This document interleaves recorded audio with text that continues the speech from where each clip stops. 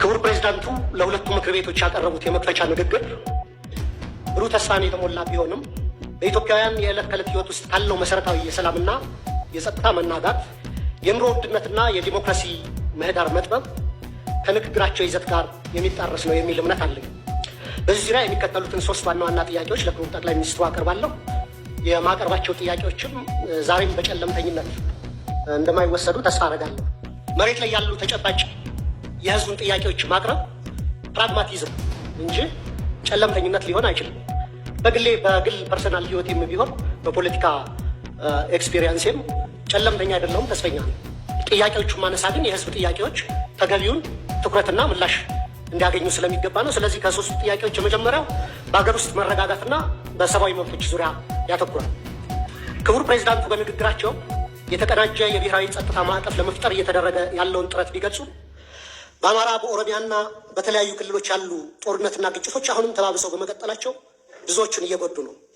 ክቡር ጠቅላይ ሚኒስትሩ እንደ ጸጥታ ኃይሎች መሪነቶ ካለፈው ዓመት ወዲህ በአማራና በኦሮሚያ ክልሎች በእነዚህ ጦርነቶች ምክንያት የተጎዱትን ሲቪሊያኖችና የሲቪሊያን መሰረተ ልማቶች ቁጥር በግልጽ ሊገልጹልን ይችላሉ ወይ?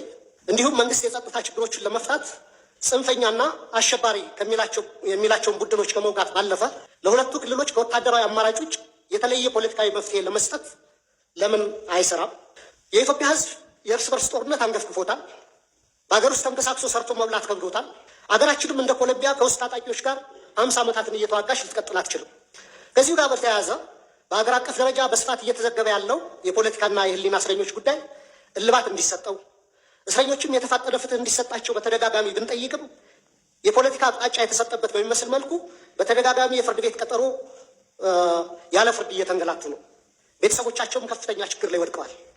የህግ የበላይነት በማስከበር ስም የሚፈጸሙ የዘፈቀድ የፖለቲካ እስሮች ለሚመጣው 7ኛው ዙር ሀገራዊ ምርጫ ፍትሐዊ፣ ነጻና ታማኝነት ያለው እንዳይሆን ላለማድረጉ መንግስት ምን ዋስትና ይሰጣል? 2 ስለ ኢኮኖሚ ሁኔታና የኑሮ ውድነት መንግስት የሀገር ውስጥ የምርት እድገትና የዋጋ ግሽበት ዝቅ ማለቱን ቢገልጽም የዜጎች ኑሮ ሁኔታ በከፍተኛ ደረጃ ከዕለት ወደ ዕለት እየተባባሰ ነው። የዓለም ባንክ በቅርቡ ያወጣው መረጃ እንደሚጠቁመው የኢትዮጵያ የድህነት ምጣኔ በ2 ዲጂት አድጎ ወደ 43% እንደሚያሻቅብ ገልጿል። ይህ ማለት ከሁለት ኢትዮጵያውያን አንዱ በድህነት አረንቋ ውስጥ ይገኛሉ ማለት ነው።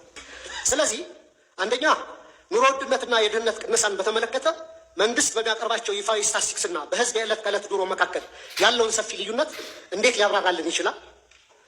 መሰረታዊ የምግብና የፍጆታ እቃዎች ዋጋ መጨመርን ለመከላከልና ተጨማሪ ቤተሰቦች ወደ ድህነት እንዳይገቡ ለመከላከል መንግስት ለመተግበር ያቀደው አስቸኳይ እቅድ ካለ ቢብራራልን። ሁለተኛ ስለ ውጭ ዕዳና የማክሮ ኢኮኖሚ መረጋጋትን በተመለከተ ነው። ኢትዮጵያ ለፋይናንስና ለማክሮ ኢኮኖሚ መረጋጋቷ ከፍተኛ ስጋት የሆኑባት ከባድና ዘላቂነት የሌላቸው የውጭና የሀገር ውስጥ ዕዳ ፈተናዎች ተደቅነውባታል። ሀገሪቱ በአሁኑ ወቅት ከፍተኛ የዕዳ ጫና ወይም ዴት ዲስትረስ ውስጥ የምትገኝ ሲሆን በቡድን 20 የጋራ ማዕቀፍ ውስጥ ውስብስብ የሆነ የዕዳ ማስተካከያ ወይም ሪስትራክቸሪንግ ሂደት እያካሄደች ነው።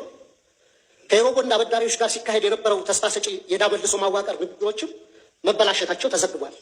በውጭ ምንዛሬ ገበያው በባንክና በትይዩ ገበያው መካከል ያለው ክፍተት ከቀን ወደ ቀን እየሰፋ ነው። ከእነዚህ ተግዳሮቶች አኳያ መንግስት ማህበራዊ ወጪዎችን ሳይቀንስ ያሉብንን ከፍተኛ የውጭ ዕዳ ለመክፈል እና የፋይናንስ ክፍተቱን ለመሸፈን እየሰራ ያለው ስራ ምንድን ነው? በመጨረሻ ከውጭ ግንኙነትና ከባህር በር ጉዳይ የሚያያዙ ነው። መንግስት የቀይ ባህርን ማስመለስ ጉዳይ እንደ ህልውና ጉዳይ በማቅረብ ዋና ትኩረቱንና የፖለቲካ ጉልበቱን ከአጣዳፊ የውስጥ ቀውሶች በተለይም ከባድ የጸጥታና የኢኮኖሚ ችግሮችን ከመፍታት ይልቅ በውጭ ጉዳይ ላይ እንዲያርፉ በማድረግ በትችት አቅራቢዎች ዘንድ የህዝብን ትኩረት ከውስጥ አጣዳፊና አሳሳቢ ችግሮች ለመቀየር የተደረገ ጥረት ነው የሚል አስተያየት እንዲሰጥ አድርጓል። በሀገሪቱ ውስጥ ካለው የውስጥ ችግሮች ክብደት አኳያ መንግስት ይህንን ከፍተኛ የፖለቲካ አቅም ለውጫዊ ግብና ዓላማ ከመዋል ይልቅ ተመሳሳይ ጉልበትና ትኩረትን የውስጥ የፖለቲካ ግጭቶችን ለመፍታትና ከራሱ ዜጎች ጋር ዘላቂ ሰላምን ለማምጣት ለምን አይጠቀምበትም? ብሔራዊ ጥቅምን ለማስከበር የሚደረግ ማንኛውም አይነት ዲፕሎማሲያዊ ጥረትን በግሌ ይቀበለዋለሁ። መንግስት ጉዳዩን የመራበት መንገድ ግን 10 ድስት ጥዶ አንዱንም ሳያማስል እንደሚያሰርረው አይነት ነው። መጀመሪያ ከኤርትራ ጋር ሰላም ተፈጠረ፣ የወደብ መጠቀም ውስጥ እንገባለን ተብሎ መንገዶችን ወደ ማደስ ተጀምሮ ነበር። እሱ በምናውቀው መንገድ ተቋረጠ። ከዛ ከሶማሊላንድ ጋር ውል ተፈጸመ። ከዛ ከጅቡቲ ጋር ታጁራን ለማልማት ከዛ እንደገና ከሶማሊያ ጋር በአንካራ ውጤት ተሞክሯል። ግን እስካሁን ተጨባጭ ውጤት አልታየም። ትላንት ይመስለኛል እንዲሁም የታጁራን ወደብ ሳውዲ በረዥም ጊዜ የሊዝ ውል እንደወሰደችው እየሰማን ነው። ከኛ በኋላ መጥቶ ይመስለኛል። አሁንም ደግሞ ከኤርትራ ጋር በጦርነት ዋዜማ ላይ የምንገኝ ይመስለኛል። በሁለቱ ሀገራት በኩል የተሟላ የጦርነት ዝግጅት እየተደረገ እንደሆነ በዓለም አቀፉ ማህበረሰብ ዘንድ በሰፊው ተዘግቷል።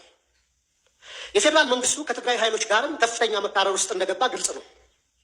ክቡር ጠቅላይ ሚኒስትር፣ ሁላችንም ካለፈው ጥፋቶቻችን ለምን አንማርም?